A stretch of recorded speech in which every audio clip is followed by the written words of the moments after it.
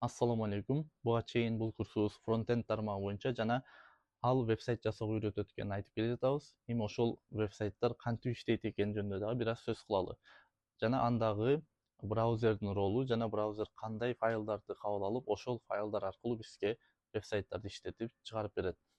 Бул нерсе канчалык маанилүү жана эмнеге үйрөнөбүз? Анткени ушул биз өзүбүз жасай турган нерсени кандай иштейт экенин жакшы түшүнсөк жана биз үйрөнө турган технологиялар, жазып аткан коддорубуз кандай иштейт экенин билсек, дагы мыкты, дагы жакшы нерселер жасоого өбөлгө түзөт.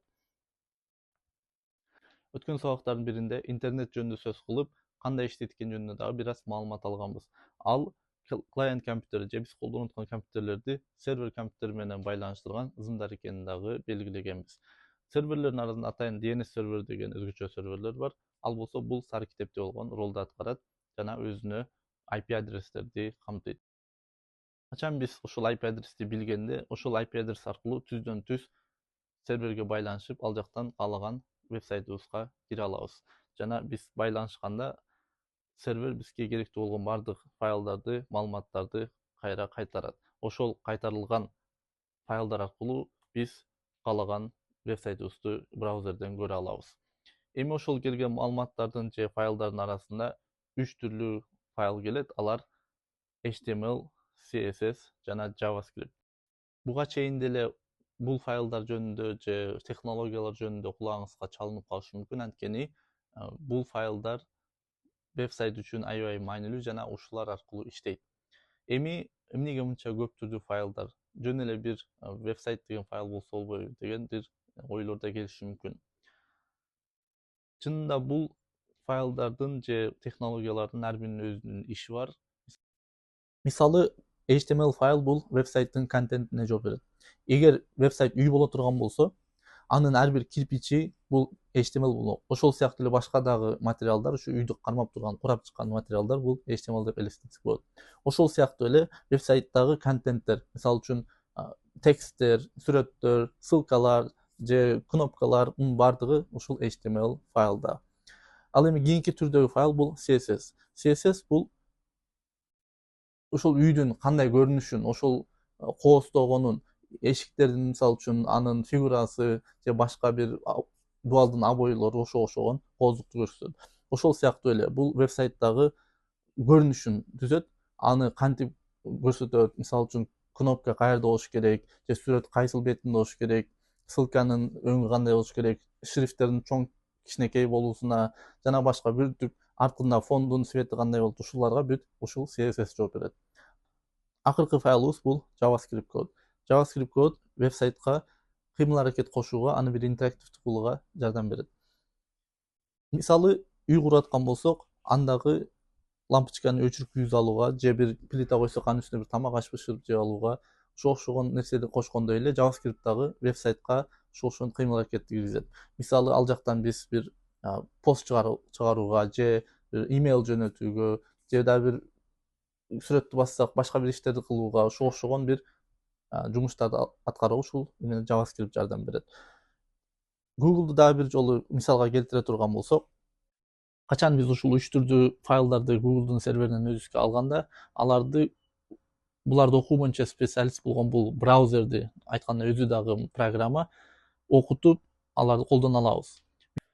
Браузер качан HTML файлды өзүнө жүктөп аны окуганда бизге биринчи контентти көрсөтөт. Бул жакта контентте бир сүрөт бар жана текст талаазы input, анан 2 кнопка. Ал эми качан CSS файлды өзүнө кошуп окуганда бул жакта өзгөрүүлөрдү байкасак болот. Бул жерден Google өзүнүн башкы бетин бизге кандай кылып көрсөткүсү келсе, CSS файл аркылуу ошонун бардыгын ишке ашыра алды. Мына карасаңыздар, сүрөттүн размери жана бул жерде 3, мисалы үчүн могу текст талаа жана 2 кнопкалардын арасында аралыктар кошулду жана ошондой эле бул кнопкалардын арткы фондору дагы өзгөрдү. Ал эми үчүнчүсү болсо бул JavaScript файл. JavaScript файл бул ошол вебсайтка функциональность, интерактивдүүлүк кошуп, мынакей бул жерде байкасак, биз бир нерсе жазып, аны серверге кайра жөнөтүп, каалаган бир результатты ала алабыз. Ушул 3 файлдын жардамы менен биз вебсайттагы контентти, стилди жана функциональностьти көрө алат экенбиз. Жана ошондой эле баарын бириктирип, заманбап бир вебсайттагы жасай алабыз. Эми ушул үйрөнгөн нерселерди колдонуп, чыныгы вебсайттын өзү менен да ойноп көрүп, ал жакты текшерип, кандай иштейт экенин дагы көрөлү. Эми кайрадан Google вебсайттын башкы бетине келсек, бул жерде мынакей Google Search деген кнопканы көрөбүз. Ушул жерге мышканы алып келип, анын оң жагын бассак, бул жерде мынакей inspect деп же орусчада посмотреть код деп чыгат. Аны бассак, бул жактан мындай терезе ачат. Бул терезе Google Developers деп, бул бизге мындай программисттер үчүн атайын бир жасап койгон ыңгайлуу курал. Бул жерде мындай байкасаңыздар, бүт коддорду көрө алабыз. Ошондой эле бул консолдон JavaScript жазып, кадимкидей бир нерсе тест кылып көрсөк болот. Андан сырткары мынакей стиль жана CSS-ке тиешелүү нерселерди дагы көрүп алсак болот. Мурдагы сабактардын биринде дагы ушул Google Chrome'ду көчүрүп алганга мындай сунуш кылганбыз. Анткени көпчүлүк программисттер жана окуткандар дагы ушул Google Chrome'ду колдогонго сунушташат.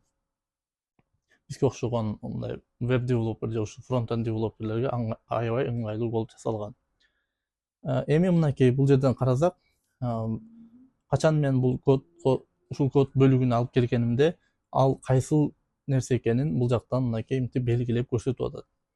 Бул аябай мындай эмне бир нерсени текшергенде ыңгайлуу. Ошондой эле бул жерде Google Search деп мынакей жазуу бар, текст. Ошону бул жакта жазылуу экенин көрсөк болот. Аны текшериш үчүн мынакей бул жерден өзгөртсөк да болот. Мунун үстүнө келип, 2-3 жолу бассак, мынтип жазганга бизге шарт берет.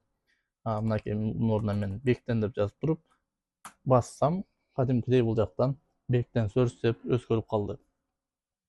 Анын сырткары мына Apple'дын дагы сайтына келип, бул жерде мынакей iPhone 16 Pro деп турат. Ошондой эле Hello Apple Intelligence деп турат. Мына ушуну дагы өзгөртсөк болот. Мынакей ал жакка дагы келип туруп, мышканын оң жагын басабыз, анан inspect'ти басып, бул жерде мынакей бул div деген тагтын ичинен мынакей H2 деп iPhone 16 деп турат. Ушуну биз эми iPhone 16 эмес, биз 17 чыгып калды деп койсок да болот. Мынакей кайра enterди бассак, бул жакта iPhone 17 Pro деп чыгат. Мына ушул окшогон нерселерди өзгөртүп, досторду мындай бир тамашалыкка салсаңыздар болот. Анткени алар бул нерсе IT жактан үйрөнбөгөн болгондуктан, бул кандай болуп атканын түшүнбөй калышы мүмкүн. Ошондой эле бул жерде Hello Apple Intelligence деп турат. Ушул нерсени биз Hello Кыргызстан деп койсок дагы, бул жакта кадимкидей өзгөрүп калды. Мына ушинтип биз ар кандай вебсайттардын ар жерлерин өзгөртүп, жазуун же сүрөттөрүн же могул стилдерин өзгөртүп ойной берсек болот. Бирок качан биз бул жердеги обновить же жаңылоо кнопкасын баскан убагыбызда, бул жерден карасак кайра мурдагы жазуу ордуна келип калды. Себеби биздин өзгөртүүлөр ушул өзүбүздүн компьютердеги эле браузерде локал деп коет, ушул жерде эле болгон. Ал эми бул өзгөрүү жаңылоо кнопкасын баскан убагыбызда биз кайра Apple'дын серверине айтып атабыз, бизге HTML, CSS, JavaScript файлды жөнөт деп. Ал мурдагы сервердеги файлдар кайра келген убакта оригинал өзүнүн контенти ордуна туруп калды. Буюрса кийинки сабактарда HTML, CSS, JavaScript тилдерин үйрөнүп, биз дагы ушул сыяктуу өзүбүздүн вебсайттар жасап, аны серверге жүктөп, башкалар үчүн ойноого жана колдонууга, өзүбүз каалагандай бир функциональность же контент коюуга мүмкүнчүлүк алабыз. Ага чейин жакшы калыңыздар.